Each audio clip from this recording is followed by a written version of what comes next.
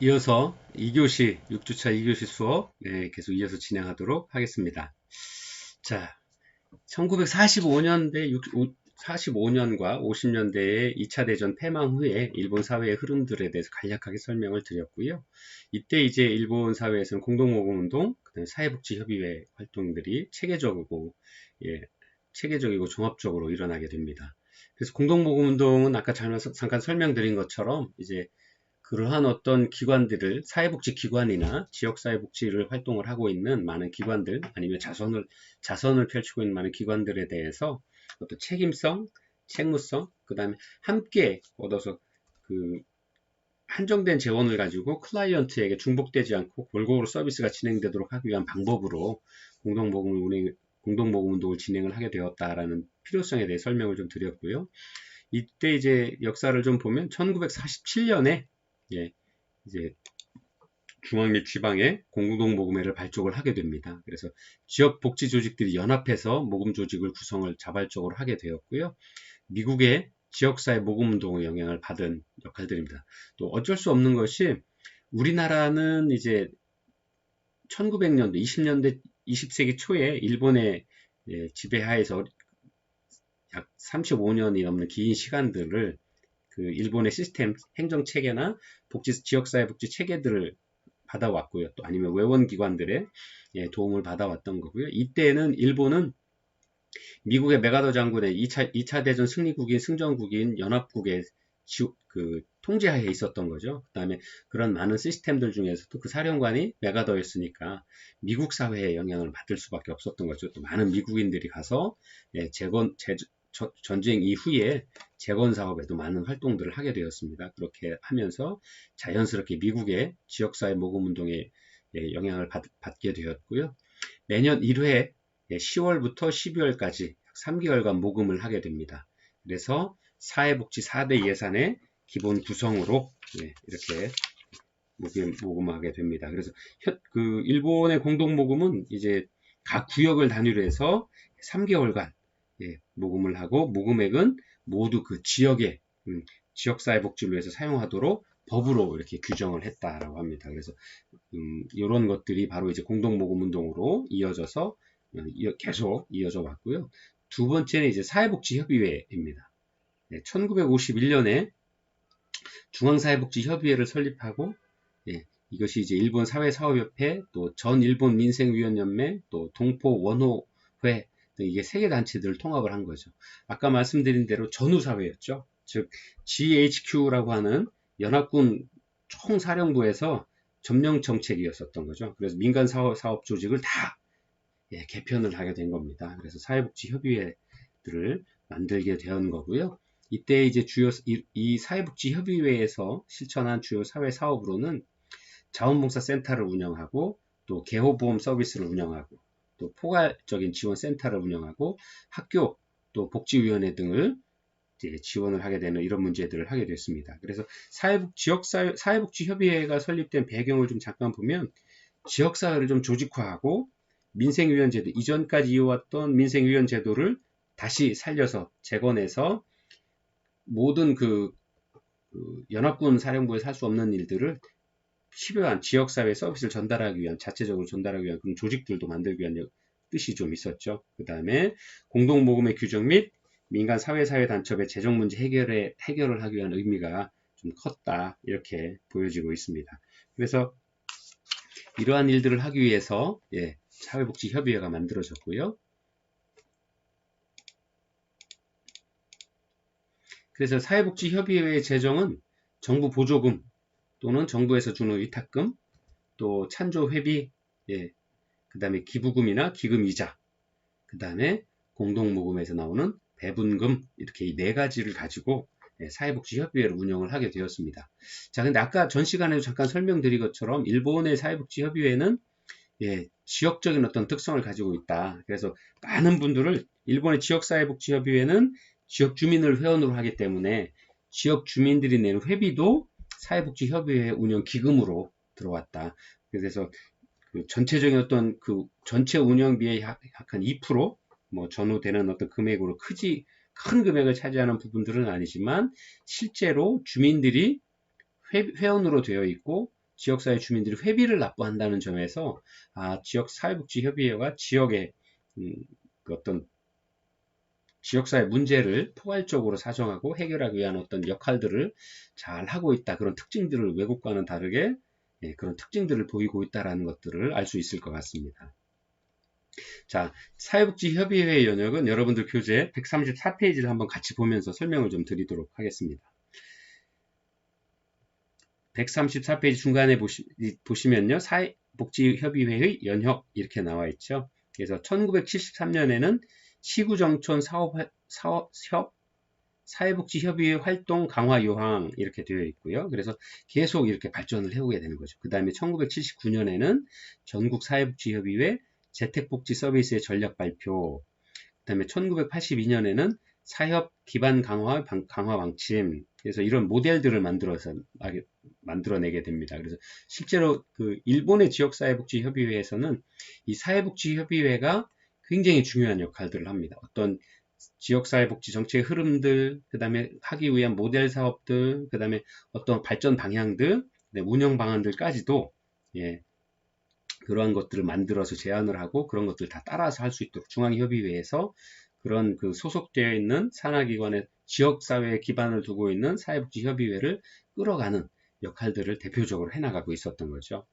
그 다음에 이제 1983년에는 사회복지사업법 일부 개정으로 시구정촌 사협의 법제화가 이루어지게 되는 계기를 마련을 하게 됩니다. 그래서 법제화가 됨으로써 이 단체의 그 운영에 사회적 책임의 중요성을 인식하게 되는 계기가 되고요. 또 1990년에는 복지관계 8법의 개정으로 사회복지를 목적으로 하는 사업을 기획 내지 실시하는 데 노력을 기울이지 않는다라는 기술을 추가함으로써 이런 여러 가지 사회복지협의회의 운영 중요성들을 다시 한번 강조하게 되는 계기가 되고요. 1992년에는 신사회복지협의회 기본요항들을 만들어서 세 가지 어떤 특징들을 가졌다라고 하죠. 사협 구성원의 명확화, 주민주체 이념의 개선과 발전, 또 사회복지 서비스의 기획과 실시의 강화, 이렇게 이런 어떤 개념들, 사회복지협의회 행동요강들, 아니면 발전 방안들에 대해서 이제 법제화되고 체계를 갖춰 나가는 것이었던 거고요. 그 다음에 2003년에는 드디어 시구정촌 사업 경영의 지침까지도 만들어서 체계적이고 모범적인 어떤 그 지역사회 복지협의회 활동들을 할 수 있도록 이런 시스템들을 갖춰나가는 큰 지역사회복지협회의 일본 내 지역사회복지에 관한 큰 흐름들을 만들어낸 큰 물줄기였다. 그런 물줄기 역할을 해왔다. 그리고 나중에는 이것이 법제화되어서 법정 단체로서 지역사회복지를 실천하기 위한 법정 기관으로 활동을 하게 되는 역할들을 하게 되는 것들로 발전을 하게 됩니다. 그래서 여러분들 교재 135페이지를 좀 보시면 135페이지 상단에 공동모금은 지역복지 실천이라고 하기보다는 지역복지 실천을 위한 자원개발의 성격이 강한 어떤 성격이 강했다라는 것들 이야기를 하고 있고요. 사회복지협의회는 특정 지역을 바탕으로 내가 살고 있는 삶의 기반인 지역을 말하는 터전을 말하는 거죠. 그 특정 지역을 바탕으로 근린지역사회 조직과 커뮤니티 케어 및 종합지원적 성격의 커뮤니티 실천을 수행하고 있었다. 그리고 이것이 법적 기관이었다. 그래서 정부와 민간이 함께 활동할 수 있는, 아까 말씀드렸죠. 찬조 회비를 냈다라고 하는 말씀들을 드리잖아요. 그래서 법적 단체이면서 후에 법적 단체가 됐지만 법적 단체이면서도 지역사회에 밀접한 관계를 가져서 민과 관이 함께 지역사회 발전을 위해서 활동하는 그런 중심적인 역할들을 해왔다. 이렇게 볼 수 있을 것 같습니다. 자, 그리고 1960년대를 좀 볼까요? 자, 1960년대를 보면 또 저희가 역사적인 흐름들을 하나 또 짚어보고 넘어가야 될 게 있죠. 일본이 전쟁 이후에 엄청난 어려움과 전후 재건을 위한 노력들을 엄청나게 해왔죠. 근데 그 중에서 가장 큰 역할을 해줬던 게 또 아이러니하게도 대한민국이었습니다. 여러분 잘 아시는 한국전쟁이었죠. 전쟁에 필요한 군수물자들을 미국에서 다 가져올 수 없으니까 일본의 전쟁 그 기지를 삼아서 병참 기지를 삼아서 일본 내에서 생산하고 만들고 그걸 운송하기 위해서 엄청난 투자를 했죠. 그러다 보니까 그런 기술들을 다 받아들여서 일본이 그런 구수물자를 생산하고 거기에서 엄청난 부를 축적하고 그 다음에 일자리를 만들어내고 또 그 이후에 그 축적된 기술을 가지고 다른 어떤 산업에도 유용하게 발전적인 위치로서 사용을 하게 되는 거죠. 그래서 엄청난 성장을 이루게 됩니다. 네. 전후에 복구하면 보통 나라들은 전쟁을 겪고 나서 패전국이다 그러면 선진국에 되기가 정말 어렵죠.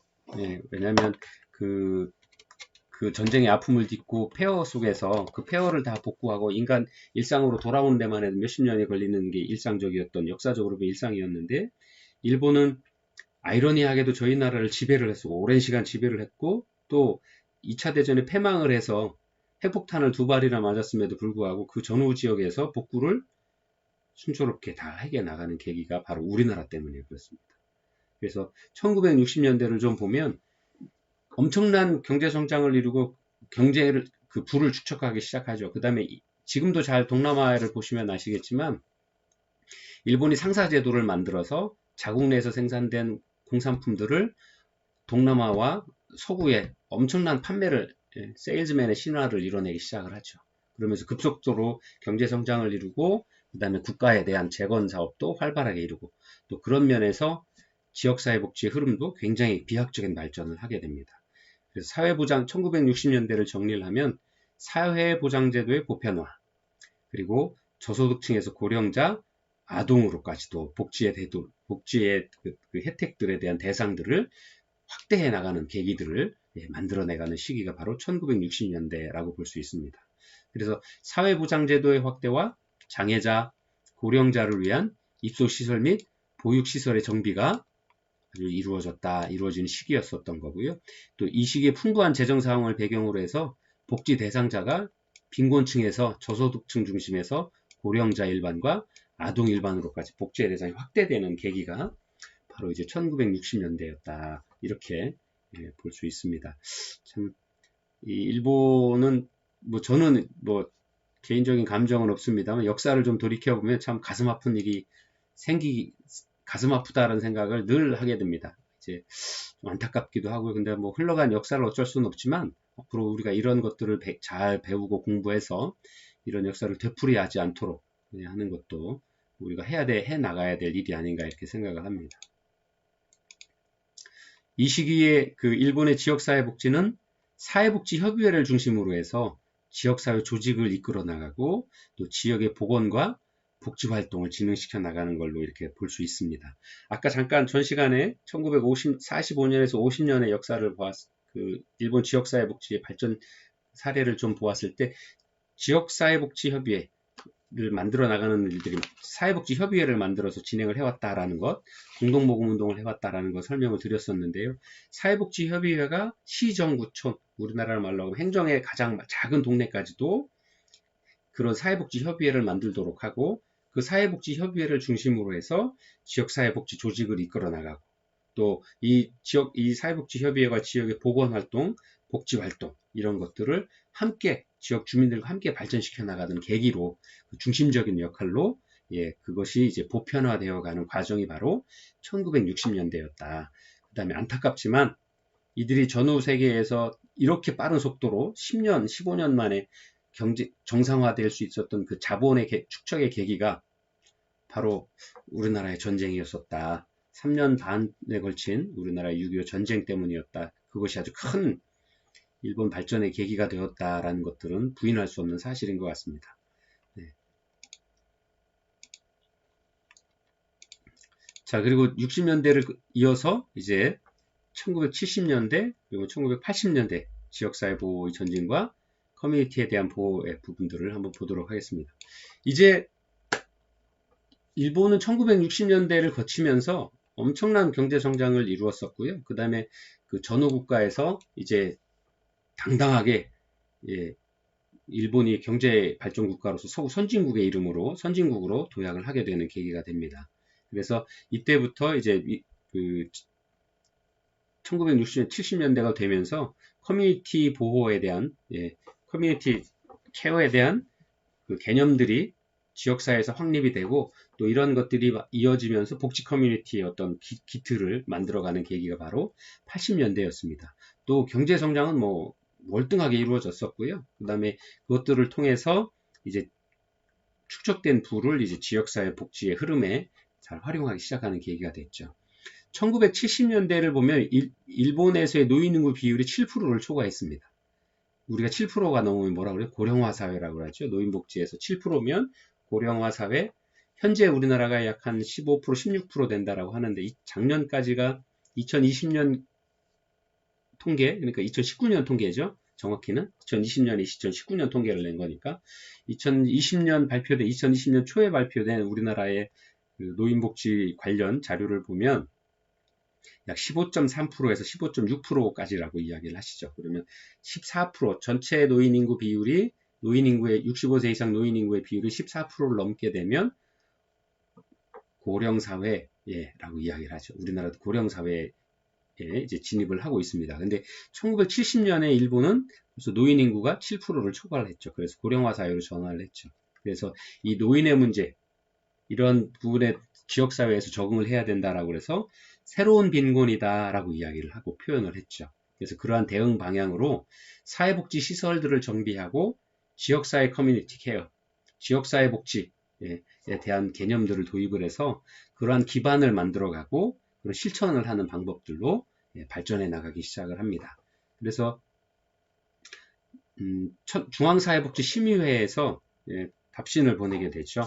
그래서 그 1971년에 중앙사회복지심의회에서 커뮤니티 형성과 사회복지라는 일본 지역복지에 대한 개념을 만들어내기 시작합니다. 그리고 그것들 이론화해서 이런 그 지역사회복지에 대한 개념들을 일반 대중에게 지역사회복지가 왜 필요하고 일본이란 사회 변화에 맞춰서 그 다음에 인구 구성의 변화에 맞춰서 앞으로 지역사회복지의 흐름과 지역사회 내에서의 어떤 그 케어를 사회복지 실천을 위한 방법들을 만들어내고 이제 확산해 내가기 시작을 합니다.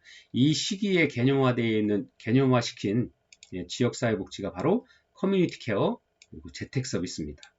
자, 그러면 한번 영국과 미국과도 한번 비교를 해볼까요? 영국과 미국에서도 지난 시간에 잠깐 설명드린 것처럼 처음에 지역사회에서의 그 노인분들이나 아니면 장애인분들에 대한 부분들이 처음에는 시설복지나 아니면 이렇게 분리해서 재활을 돕고했었죠. 근데 그러한 것들이 실제로는 문제가 됐다라는 걸 나중에 알았고요. 그래서 탈시설화하게 되고 이제 지역사회의 복지에 대한 개념을 바뀌어왔다라는 것들을 공부를 하셨습니다. 일본은 이 시기가 바로 1970년대입니다. 자, 일본이 전후에 많은 젊은 인구들이 전쟁에 나가서 어려움을 겪고 사망하고 인구의 구성이 바뀔 수밖에 없는 체제가 됐죠. 그 다음에 이제 역사적으로도 보면 전쟁이 끝난 후에 많은 사람들이 인구를 급속하게 늘리기 위해서 결혼도 하고 뭐 여러 가지 인구를 늘리기 위한 방법들을 찾죠. 근데 그러한 시기가 조금 흐르기 시작을 하면서 그때 사회에 그 전쟁에 참여하지 못하고 지역사회에 나와서 뭐 여러 가지 활동을 했던 분들이 이제 한 20년이 지나면서 노인 인구로 늘어나기 시작을 했죠. 그때 급속하게 노인 인구가 늘어났고 이 노인 인구의 복지의 문제가 일본에서는 또 새로운 사회 문제로 대두되기 시작을 한 거고 그 새롭게 대두된 사회 문제를 해결하기 위한 방법이 뭐냐? 커뮤니티 케어, 그다음에 재택 서비스였다라는 거죠. 재가 서비스, 재택 서비스 이렇게 이야기를 하죠. 그래서 지역사회 보호와 그 다음에 지역사회에서의 삶을 유지할 수 있게 하는 재가 서비스, 우리가 현재 시행하고 있는 방문요양, 모교, 그 다음에 뭐 그 가정봉사원, 파견사원 뭐 이런 것들이 바로 일본에서 70년대, 80년대에 이루어지기 시작을 했다라는 겁니다. 그래서 커뮤니티 케어는 특정 지역을 기반으로 해서 커뮤니티 케어와 재택 서비스 제공 성격의 커뮤니티 실천을 바로 이제 커뮤니티 케어다라고 하는 거죠. 근데 여기서 저희가 하나 분명하게 좀 해야 될 건 특정 지역이라고 했잖아요. 일본의 지역사회복지의 흐름을 계속 설명을 드리면서 민과 간이 협업을 통해서 만들어진 게 그 림포칸이라고 한다라고 말씀을 드렸고 그 전통이 계속 이어져 오면서 1970년대, 80년대는 시정구라고 하는 함께 살아가고 있는 근린시설 지역, 천안으로 예를 들면, 아니면 우리가 살고 있는 지역을 예를 들면, 예를 들어 서북구면 서북구, 동남구면 동남구, 그런 지역을 정해놓고, 이 특정 지역이라는 게 그런 개념입니다. 그래서 그런 우리가 살고 있는 이 지역을 중심으로 해서 커뮤니티 케어와 재택 서비스, 재가 서비스를 받으실 수 있도록 찾아가는 복지 서비스, 우리가 하는 가정봉사원 사업, 뭐 목욕 서비스, 반찬 나눔 서비스, 그 다음에 말벗 서비스, 우리 지금 굉장히 많이 발전을 해서 찾아내고 있죠.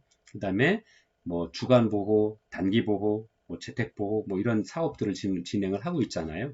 그래서 그런 것들을 하기 위한 실천 방법으로 커뮤니티 케어를 했고 재택 서비스를 체계적으로 만들어서 진행해 나가기 시작을 했다. 그 시기가 바로 일본에서 1970년대와 80년대였다라는 것들입니다. 자, 그럼 1990년대에서부터 지금까지를 한번 보도록 할까요? 자, 1990년대가 되면서 현재까지 일본은 지역복지 및 재택 서비스의 적극적인 추진과 함께 이어져 왔던 대로 복지 커뮤니티를 만들기 위한 것들이 체계화, 활성화되기 시작을 합니다. 그래서 일본도 이제 저희 나라 2005년에 사회복지사업법을 또 2차 개정을 통해서 여러 가지 혁신적인 방안들을 마련을 했던 것처럼 1990년에 일본은 복지와 관계된 8가지 법을 개정을 진행을 해 나갑니다. 그래서 커뮤니티, 일본에서는 시정촌이라고 이야기를 하는데 시는 우리나라의 시의 개념과 똑같고요. 정, 촌, 그러면 시, 뭐 구, 뭐 동, 뭐 이런 정도의 개념이 될 수 있을 것 같습니다. 그래서 커뮤니티를 기반으로 하는 재택 서비스들을 정비하기 시작을 했다라고 하는 겁니다. 자, 이 이야기는 무슨 소리냐? 아까 저희가 잠깐 말씀드린 게 복지 커뮤니티를 만드는 걸 법을 정비하고 개정을 통해서 이러한 그 서비스들의 법적 기반 근거들을 만들어 나가기 시작을 했다라는 거죠. 1990년서부터. 자, 법적 기반을 만들어 놨다라는 건 어떤 의미일까요? 지역사회복지에서의 법적 기반이 있다라는 건 예를 들어서 행정을 하고 계시는 많은 공무원들이나 아니면 행정을 하시는 분들은 해도 되고 안 해도 되고가 아니라 당연히 해야 될 일이라는 거죠. 공무원으로서. 그렇죠? 법에 뭘 하여야 한다라고 되어 있으니까 예를 들어서 제가 사회복지직에 근무하고 있는 시청에 아니면 동사무소의 직원이다라 그러면 우리 지역사회 돌봄을 위한 어떤 서비스들을 하도록 되어 있다. 법으로. 그러면 제가 그거를 꼭 찾아서 실행을 하고 실행에 대한 결과들을 보고를 하고 아니면 동에 살고 계시는 분들이나 아니면 시에 살고 계시는 분들한테 알려드릴 의무가 있는 거죠. 이게 엄청난 차이를 보이는 겁니다. 네. 법적인 근거라는 것이. 당연히 해야 되는 일, 의무성, 당무성을 가지게 되는 거죠. 그래서 국가의 책임으로 또는 지역사회의 책임으로 지역사회 복지를 실천해 나가고 그런 적극적인 행정을 펴나가기 위한 근거가 바로 이런 법인데 이런 법들을 개정을 통해서 당무성, 책임성들을 국가의 아니면 지역사회 책임성들을 확연히 정비해 나갔다라는 것이고요. 그 다음에 이때 1990년에 복지관계 8개 법을 개정을 한 내용들을 좀 보면 주요 내용이 뭐냐면 첫 번째, 국가기관 위임 사무인 사회복지 서비스를 시정촌이 지역의 실태를 판단해서 추진하는 단체 위임 사무로 변경을 했다라는 거죠. 즉 국가에서 전체 하는 것이 아니라 해당 지역구에서 시정촌에서 지역의 실태를 판단하고 추진해 나가는 지역사회복지를 실천해 나가는 지역사회 단체 위임 사무로 만들어졌다라는 거죠. 그래서 지역사회 복지 커뮤니티가 이런 일을 해야 되는데 그 복지 커뮤니티가 뭐냐? 시정촌의 사회복지협의회였다라는 거죠. 이 전 시간에 배웠던 전시대에 배웠던 사회복지협의회가 있었다라고 말씀을 드렸죠. 일본은 사회복지협의회가 그런 일들을 해나가야 된다라는 거죠. 지금 우리나라는 뭐가 있죠? 시에 아니면 구에 지역사회보장협의체 이런 것들이 있잖아요. 그런 활동들을 해야 된다라는 것들을 1990년대에 벌써 복지관계 8법을 개정함으로써 그런 것들을 이렇게 법률로 정해놨다라는 거죠. 그 다음에 두 번째, 노인복지 분야뿐만 아니라 신체장애자 복지 분야를 포함하는 재택 서비스, 우리가 이야기하는 재가 서비스를 법률에 명문화했다라는 거죠. 아주 책임성을 분명하게 정해줬다라는 거죠.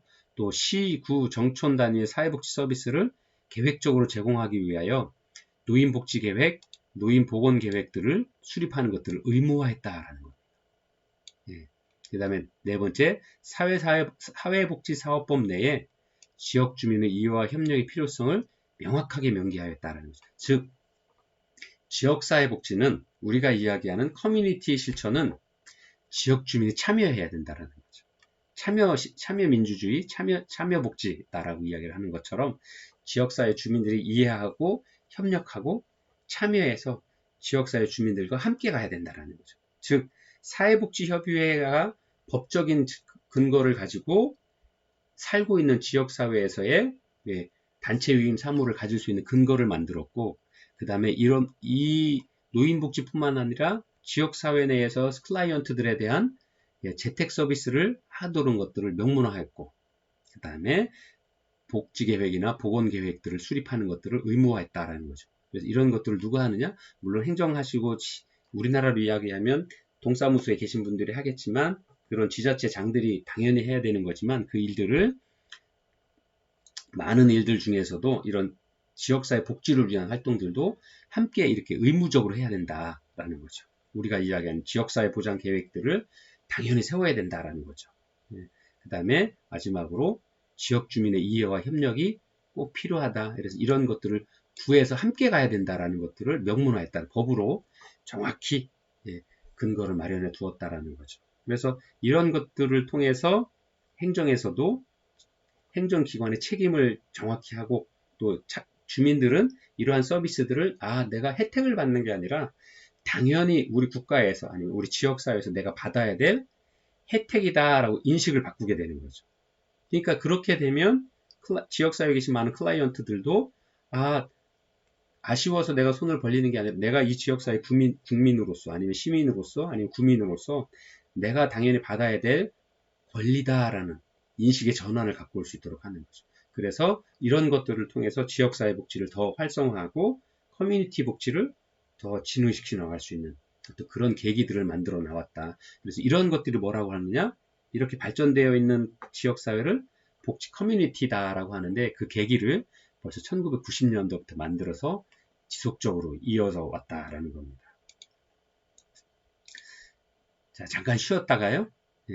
세 번째 수업 때 다시 돌아오도록 하겠습니다. 잠시 후에 뵐게요.